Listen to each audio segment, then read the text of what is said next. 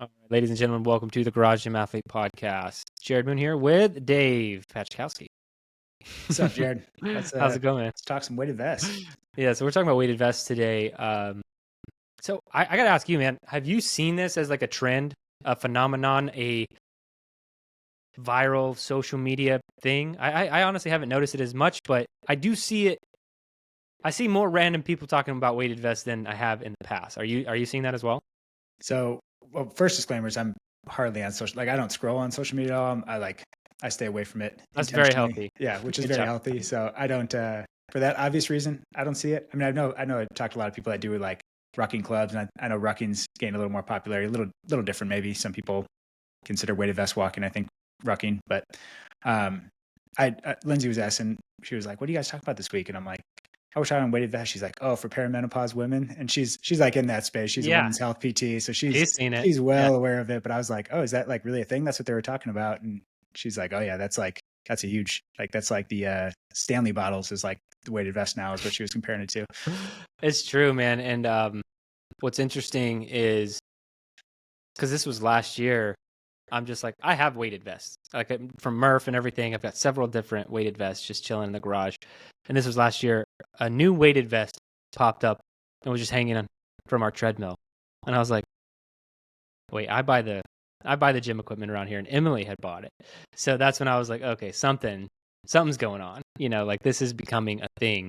Um, so I thought that we could use this time to kind of talk about weighted vests, rucking, not just for women looking to increase bone mineral density, but just kind of our thoughts on where it might have a place. Talk about how I've utilized it over the years. Um, and I think that's probably where we can start. A lot of the pros on weighted vests or rucking in general. But another question I have for you, in your experience just as a PT, do you think that there's a difference? Um, is one more beneficial than the other between a ruck and a weighted vest? And the reason I ask is because a ruck, is basically it's a backpack that's loaded on your back only, right? And it's got the straps on the front, so no front load.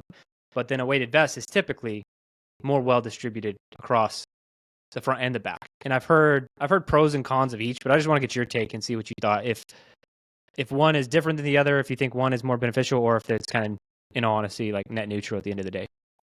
Probably net neutral overall for the average person. I think weighted vest probably a little more favorable. Just like load distribution is going to be a little more even, so I think it might be a little more friendly on like especially low back and hips in some of those areas too. Obviously, set up if you're setting the backpack up right, it's supposed to disperse forces a little better. But for someone who doesn't have a lot of core strength, those things, all the weight in the back might be a little more challenging for some people, just in terms of like if they have joint issues. But your benefit's going to be mostly the same, in my opinion, from some of that. And also depends if you're doing, obviously, if we're talking like calisthenic exercises versus Mm-hmm. just walking is, a ruck makes a lot less sense for if you're trying to do a bunch of push-ups or squats or something with it. Yeah, I've tried that before. It is difficult. And when I first heard about rucking gaining popularity, because I think Go Ruck, like let's be honest, they were probably the big people behind getting rucking a little bit more mainstream. But I always thought rucking was bad because of my military experience.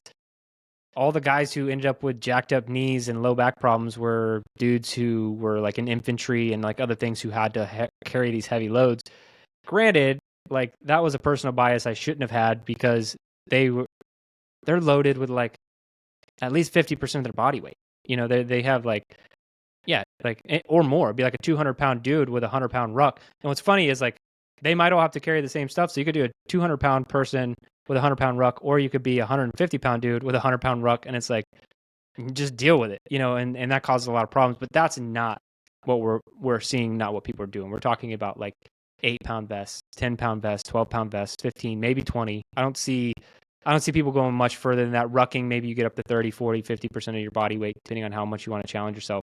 But I did want to lay that out there of like what we're actually talking about with a ruck. Because I don't think loading up to these massive amounts, like I used to do this too, where like every blood vessel in my shoulder and trap was popped from the heavy rucks I'd put on my back.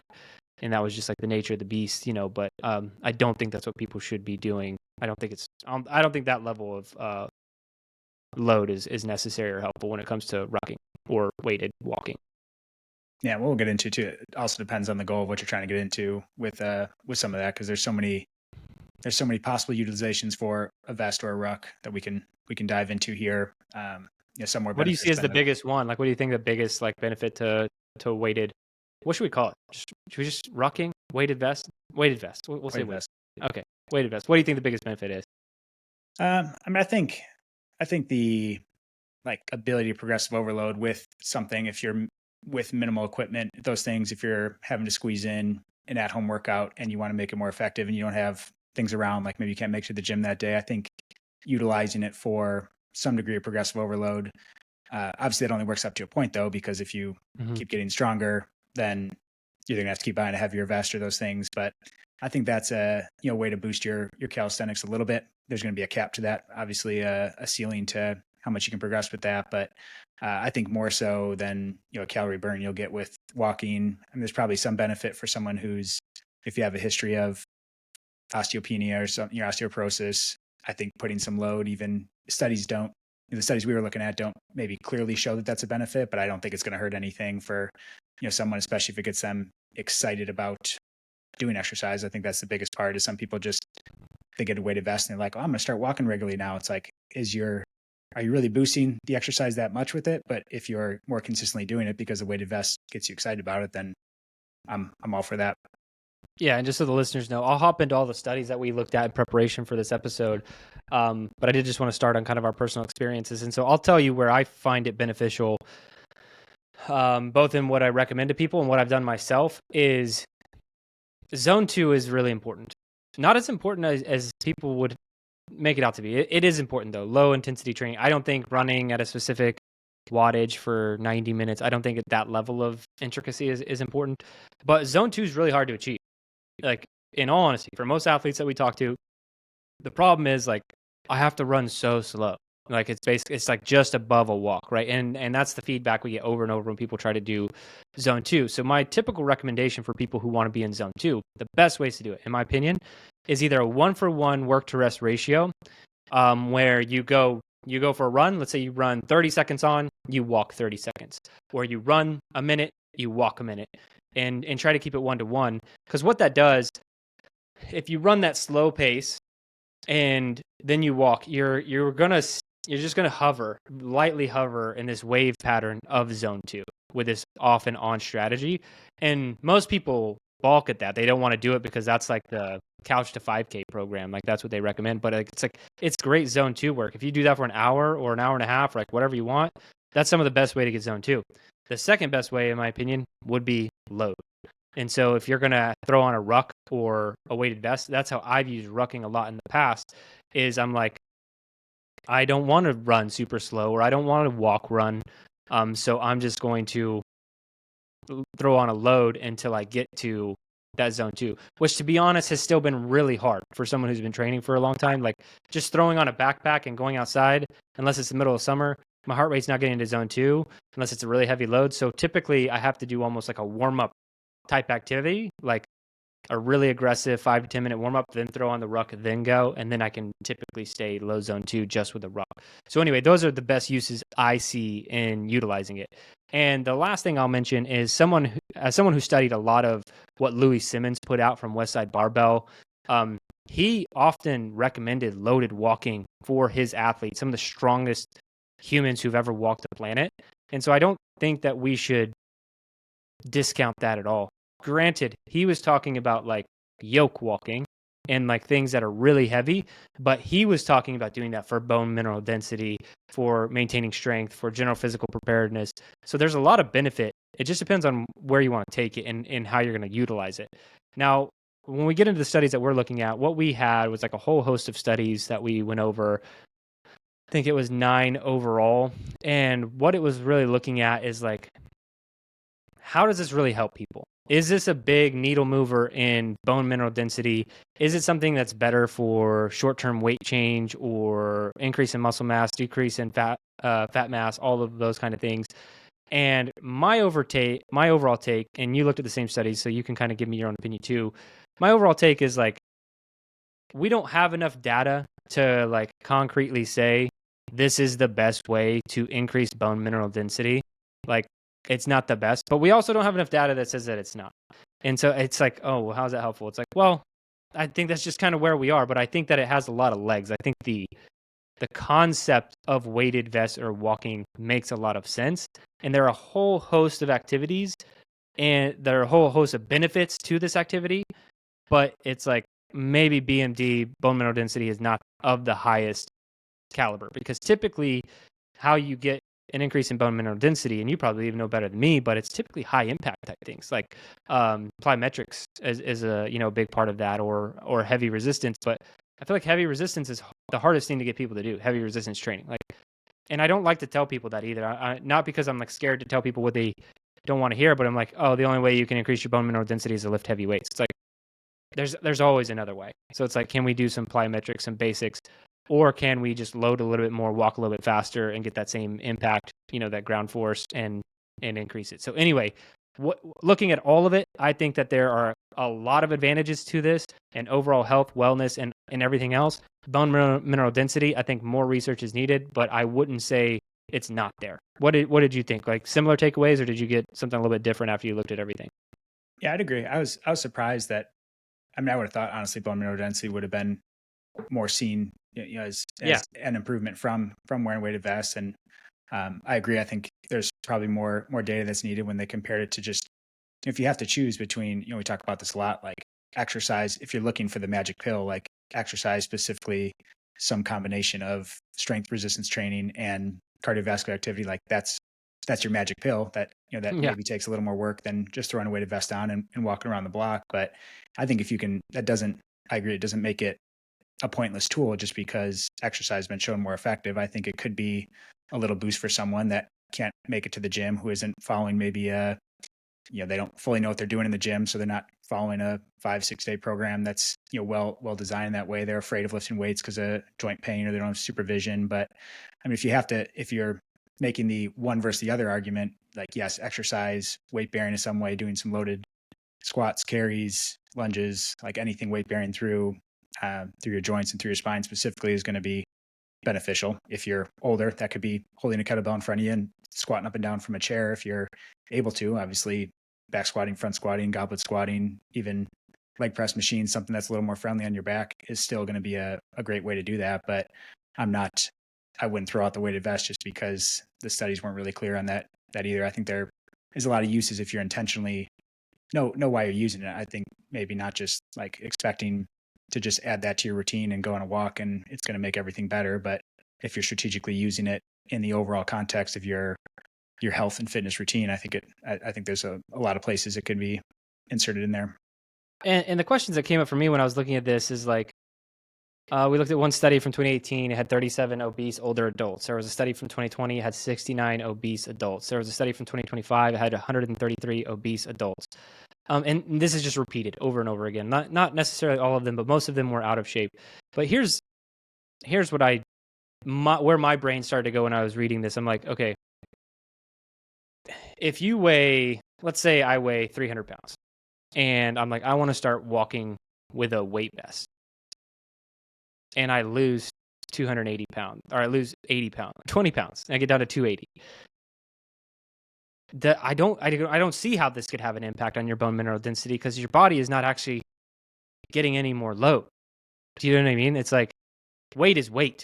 You know what I mean? And so if you're able to decrease your body mass from weighted walking, there are a lot of health benefits, and decrease in fat mass, but bone mineral density, I don't see how it could actually happen, because you're not truly like adding more load to your walk. It's almost like they're just coming down at the same time.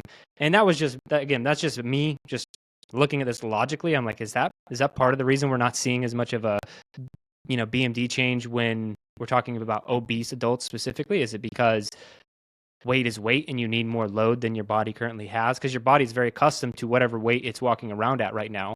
And so any changes, it's almost like you have to get to a new baseline over the course of a year. And then after you're at that stable baseline, maintain weighted walking for another year, and then probably BMD increases.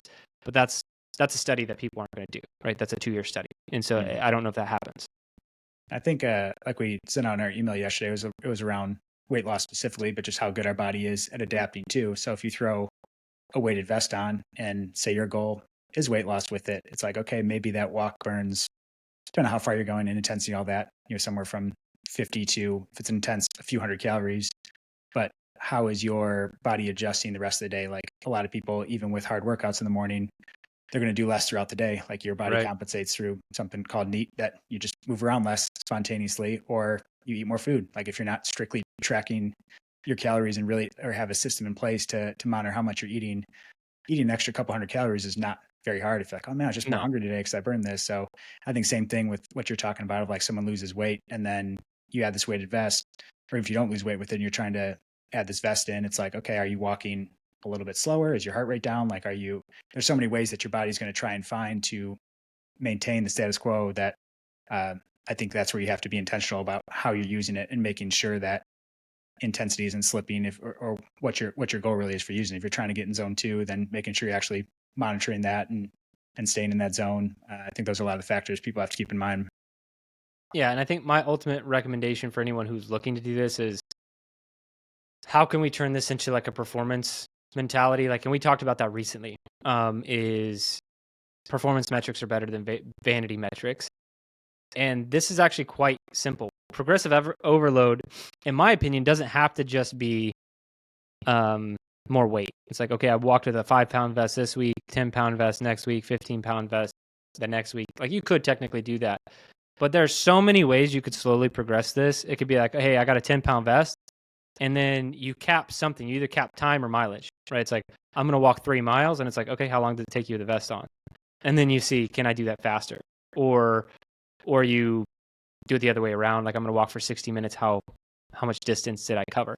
And then after you start to see those numbers tick in a positive performance direction, let's say you chose, I'm going to walk 3 miles. And you're like, okay, it took 40 minutes the first week, 37, 36, 30. Those start clicking down, but then it's starting to get harder to progress. The only real way to probably go is to move, like, turn it into a jog, which you could do. Or if you're like, no, I really want this to be weighted walking, like, cool. Add 5 pounds. Now you add the 5 pounds to the weighted vest, or 10 pounds, or rucking, or it doesn't matter how you want to tackle this. Now you can actually start to increase your performance in this by just the theory of constraining one thing and monitoring your performance. And these things for me are really fun. It's like one of my favorite things to do in fitness. Is like, that's why I like doing regular training through the week and then Murph on Saturdays, because it was the one thing where I could like see it click down on Saturday. And so that's why I like to have some workout that I'm doing on repeat, so I can actually see some progress, as opposed to just feel like I'm training to, breathe hard, sweat, and all that other stuff. I actually want to see the metrics like move in some direction. Yeah, in your mind and in my mind works a lot like that. I think for someone listening, that takes a lot of patience. People get impatient about wanting to progress too quick. So it's like, oh, if I'm adding 10 pounds to my load, I'm getting better. And we see it with, not even talking weighted vests, people do that with the squat bar, with bench or something. They're like, oh, I added 5 pounds to the bar this week. I added 10 pounds, but the speed of the weight slowed down. Your shoulders started rounding forward. You're not using as much muscles. It's like, are you really getting better? And that's where a lot of these things can be deceiving. If we try and progress too fast, if you're not patient with it, and if you're not tracking the right things, then it makes it hard to know, am I really getting better with this? And that's where I think some people need to know that it's like, it's usually a much slower thing than you think. And that's okay though, to not be looking for, the monumental like shifts. Is just not how health and fitness works, unfortunately, for most people. Yeah. And a good example of this is, like, I started doing this. I started doing Murph on Saturdays, but not true Murph. I won't even call it Murph. I think that's disrespectful. So what I've been doing is 20 rounds of 160-meter run, 5 push-ups, 5 pull-ups, 10 push-ups, 15 squats. So it is Murph in volume, but it's 20 rounds of a short run. There's no mile run at the beginning or whatever. So it's 20 rounds of this. It just equates to the Murph volume. But the first week I did it, I had a time, right? And then after the time, the next week, it was week 2. I'm like, okay, I know my time. I just need to get faster than that time. And I got faster. And I'm like, did you get any fitter? I'm like, I don't think so. No, I just knew the time and I had to beat it. And I didn't beat it by a whole lot. So it's going to take the rest of my training to actually move the needle there. And I mean, there's a lot of benefit to doing that and trying to get faster each and every single week. But are my transitions just faster? Am I doing this faster? Am I running faster?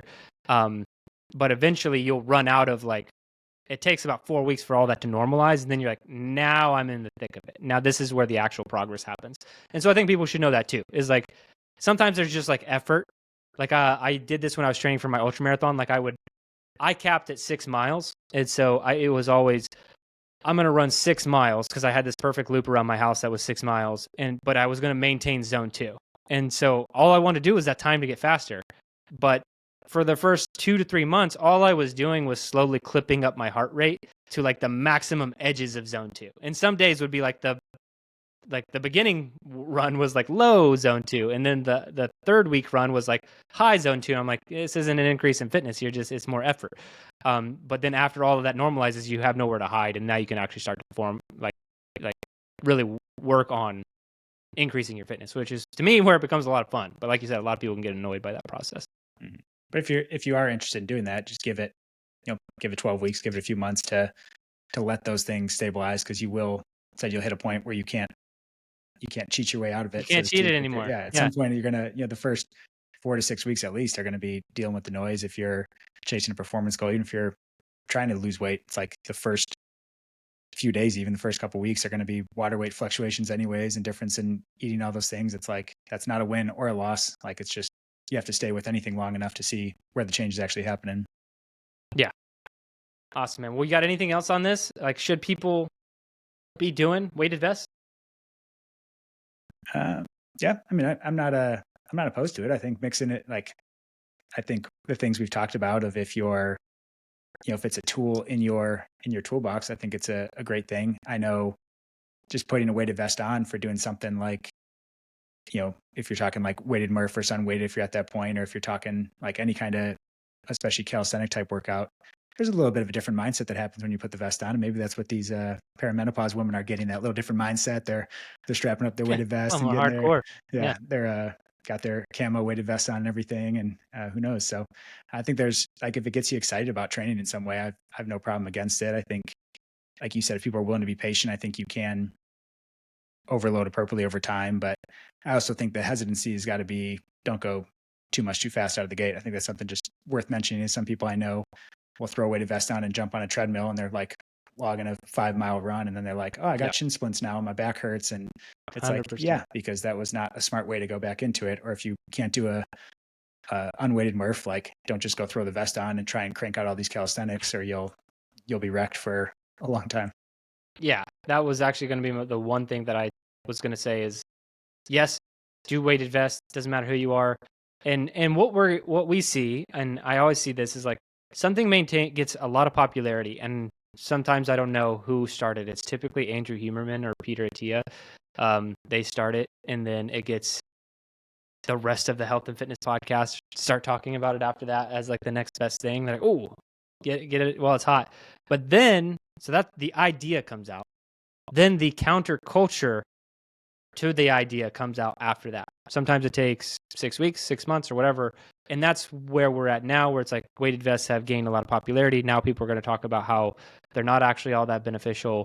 You'll start seeing more content like that. But in reality, everyone's just trying to get more views. At the end of the day, it's helpful for what you're trying to do. And the only thing I say you shouldn't do in a vest, 90% of people, is going to be run. I don't think you should run in a weighted vest. I don't think enough people have focused enough time on their running form to justify it. And then your form's going to change, your gait's going to change, everything's going to change once you add that load. And like you said, I can't tell you how many people I've run into who are like, they might have like this, I was a previous athlete, I'm hardcore, I can do this. And so they throw on a 20-pound vest and they go for that 5-mile run, or they do Murph or whatever, and they're hurting everywhere. And they actually have like legitimate injuries, not just muscle soreness. And it's like, yeah, you were in no way prepared for that. Like, you should not do that. So don't try and be hardcore with a vest. Use it for like a lot of the ways we talked about, different ways to progress it. We talked about also using it for zone 2, things like that, but keep it at a walk. A ruck is not a run, just moving as fast as you can, and you can move quickly. Okay. Like you can do a really fast, uncomfortable ruck. Like they can really suck, and it doesn't even have to be loaded all that much. You don't ever have to run. So I'm not saying nobody should. There's 10% of the people who think who can, They have their form dialed in. Like, I think I'm decent running in a vest just from all the Murph years. Like, I never had any knee problems, anything when I was doing all that. Like, never really affected me. But I also worked for years on my running form, and it's still not great. Like, my cadence is still thrown off, but like at least my forefoot strike is pretty decent and ingrained into my brain and all this kind of thing. So anyway, just know whether or not you should or shouldn't be doing it, and have a white belt mindset as you go into adding load to your body. Cool, man. How's life? How you doing? Life's good. We're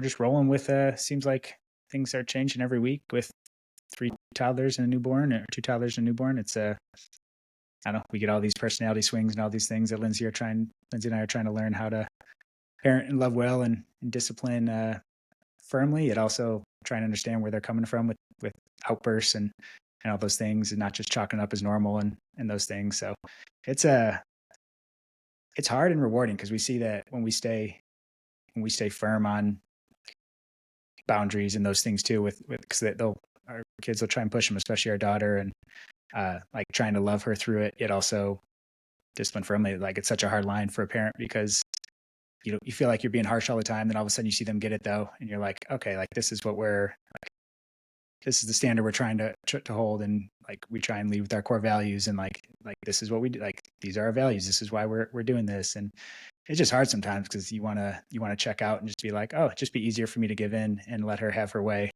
And then so we're in a lot of parenting growth season right now.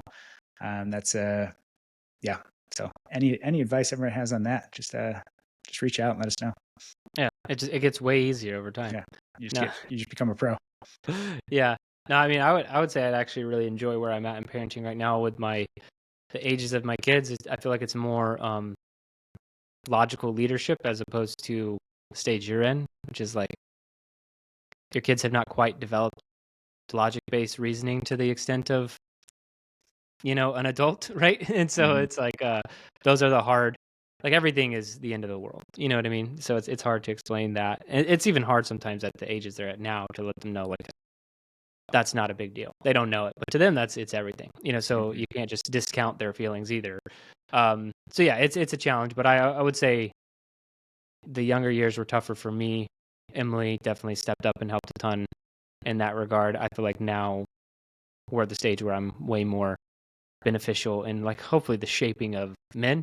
I still don't know what I'm doing with the daughter. I'm still learning there, but my 2 boys, I think they're turning out good, and I'm happy, excited for them, and they're, it's just I'm enjoying it right now. So you're doing all the right things, it sounds like, man. So I mean, if my opinion matters at all from a father standpoint, I think you're doing the right stuff. It's just being as we being disciplined, and like the not checking out and being patient and those things too. It's like when we try and match tone when someone's yelling in the house, it's like, okay, I don't need to match a tone with the toddler. Like, those are the things that there's so many reminders though, because you're tired at the end of the day, and there's like all the excuses you have to not do it, but it's like, okay, every little rep, just like fitness, it's like, okay, we can't take a night off and just be like, okay, yeah, sure, just like do what you want. So it's rewarding in that way of seeing the fruit of all those little actions. Yeah, I think my biggest parenting lesson has been, like, if you're putting in that effort, you're probably fine. Like, sometimes we focus on we're not perfect, right? It's like, yeah, but from everything you're saying, you're trying, you're putting in the effort, so like you're good. Like, you're gonna be fine. And that's been my biggest takeaway. Same thing, you're starting to see things click, and you probably weren't perfect along the way, but they clicked anyway. It's like, you just got to put in the effort, as opposed to the checking out or not parenting or skipping. You're not doing any of those things. And so I think that's huge. So that's awesome, man. But that's a good update. Training good? Yep. Yeah. Still, so running, I've dropped down to one running workout a week, one primary one. Sometimes I'll get another like zone 2 type thing in, or long, slow run. But intervals, I did 8x600s last week, which is like a terrible distance. That's 600. It's not 800. 600 and 800s are 800s are going to come in the next cycle. So I'm really not looking forward to it. But strength numbers are moving their way back up, which is good. Slowly getting a little bit of weight on, which is helping. So just trying to go slow with it, but it's been fun getting the strength up and trying to hang on to the running best I can. Nice, man. Well, I kind of spoiled my training already. I told you about the new Murph volume equivalent workout. I don't have a name for it. I think that's what I'm gonna call it, the Murph volume equivalent workout. It's got a nice ring to it, and so that's what I've been doing. That's been my consistent on Saturdays workout. I actually love it, dude. I love that workout so much more than Murph. It's not even fair, because like the hardest thing about Murph, in my opinion, is the runs. It's like, because Murph, after I got pretty good at it, you make a lot of time in the calisthenics. People don't realize it, but like I'm already at the point, and have been at the point for a long time, where resting during the calisthenics is not even a thought. Like I'm going to move straight to the calisthenics, 5, 10, 15, 5, 10, 15, without stopping and without trying to slow down. Like that's ingrained. So where for me, now that I have that locked in, it's all about the runs. It's always about the runs. If I want a faster time, it's fast mile. And that's where it's hard to focus on like actually being fast. But when you're running 160 meters, you can always run fast. It's like 160 meters, the contrary to the 600 meter, 160 meters is like the perfect distance to where you're like, I can always run this fast. I don't care how tired I'm in. Like I could do it pretty solid. And so it's a great workout. I'm curious if it will have any translation to being better at Murph. But for me, I didn't want to jump into like just doing Murph every single week. Like I wanted to do it this way for the same amount of volume, which matters for like joints, ligaments, tendons, like cardiovascular time. It matters in all of those regards, but it might not help my mile time a ton. But one thing I do know that I need right now is speed work to get my miles time back down. So it's almost like baked in speed work too when I'm actually trying to run those, because I'm not running 160 meters at a 6-minute mile pace, right? I'm running 160 meters at like a 4-minute mile pace, like trying to go as fast as I can. So I'm hoping that it translates to speed. But I'll keep everyone updated and see, because I'll probably test Murph every 6 weeks or so, see where the times are at, see if this workout's helping, because I'm trying to do it this way as opposed to just straight doing Murph every single weekend, which I've done enough of. Would you change it up at all? Like increase the run and then do 2 or 3 rounds of calisthenics in a row, and then like not quite EO3 5K ish, but like something like that. I mean, I've thought about it. Like just double everything and do 10 rounds, something like that. I might. Right now, I'm in that phase that I talked about in the podcast of like I'm waiting for things to normalize because I'm only a few weeks into it, and so I want to get to the point where I'm just like, oh, you only did it 1 second faster than the previous week, and then I know, okay, I'm at my limits fitness wise, and I'm not there yet. Right now, I'm like seeing these huge decreases each week, and I'm like, yeah, you're just running faster because you want a faster time, but so I haven't truly hit my maximums yet. So after that, I'll probably maintain it for, let's say, another 6 weeks. Then I'll start playing around with like, okay, and I'm doing it unvested. Everything's unvested right now. Then I'll like, should I throw a vest on? Should I double the distance, double the calisthenics? Because 5, 10, 15 is also stupid easy. It's like, it's just 5 pull-ups, 10 push-ups, 15 squats, and you hop back on a treadmill. It's like, that's like nothing. Right? It feels like I'm running most of the time compared to doing that. So anyway, I'll definitely start playing around with it after my times stop dramatically decreasing. Be fun to watch. I know you got your target for a good-ish Murph time this year, right? Yeah, we'll see how Memorial Day. Maybe I won't even test Murph at all. I'm just gonna do this workout until Memorial Day next year, and then just see. Like, okay, see what happens. Yeah, see if my Murph time is something I'm happy with or not. Maybe I'll just do it that way, because it doesn't really matter at the end of the day, right? I'm just doing it for me anyway. So yeah, cool. All right, man. Well, we'll wrap it up here. To everyone in the Garage Gym Athlete community, we appreciate each and every single one of you. Thanks for doing the training, sticking around. And if anyone does want to become a part of our training and what we're doing, go to garagegymathlete.com, sign up for a trial, and we'd love to have you. But that's it for this one. Remember, if you don't kill comfort, comfort will kill you.